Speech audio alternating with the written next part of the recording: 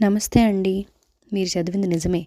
మా పాప చేతికి వెండి ఉంగరం పెట్టేసరికి ఆ ఉంగరంతో ఆడి ఆడి అది వంకర చేసుకొని ఉంగరం వేలికి ఇరికించుకుంది.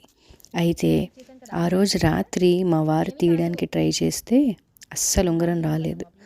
సరే పోనీ ఇంక ఉంగరం ఇరుక్కుపోయింది, కట్ చేసేద్దాం అనేసరికి మా పాప చాలా గట్టిగా ఏడవడం మొదలుపెట్టింది.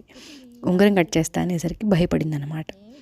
అయితే ఉంగరం తీయకుండా ఉంటే నొప్పేం లేదు కదా, అసలు ముట్టుకుంటే నొప్పేం లేదు కదా అని ఆ పూట పాపను అలాగే పడుకోబెట్టి నెక్స్ట్ డే మార్నింగ్ నా చేతికున్న రింగుకి ఒక మ్యాజిక్ ట్రిక్ చేసి చూపిస్తానని చెప్పి పాపని పిలిచి కూర్చోబెట్టి రింగుని ముట్టుకోకుండా రింగుని బయటకు ఎలా తీస్తానని చూపించాను. అది చూసేసరికి తను ఎక్సైట్ అయ్యి నా రింగుకి కూడా మ్యాజిక్ ట్రిక్ చెయ్యి అంటూ వచ్చి కూర్చుంది.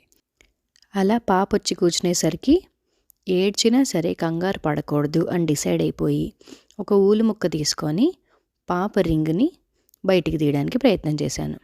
అయితే రింగు నక్కల్స్ అంటాం కదా, అంటే కణతల దగ్గరికి వచ్చి ఇరుక్కునేసరికి పాప చాలా ఏడ్చిందండి. అందుకని వీడియో అక్కడితో ఫిల్మ్ చేయడం ఆపేశాను.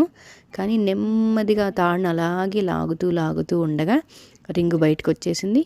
మా పాప హ్యాపీ అయిపోయింది. అయితే ఆ ట్రిక్ ఎలా చేశానో ఏంటో ఈ వీడియో చివరిలో చూద్దురు కానీ.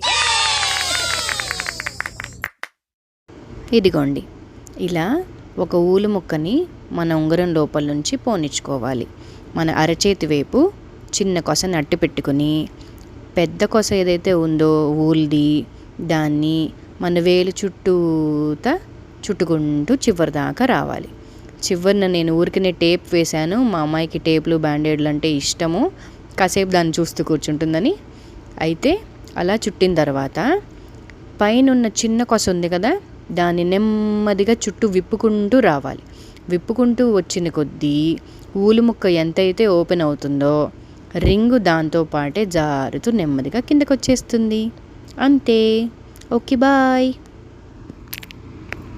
హ్యాపీ? I love you.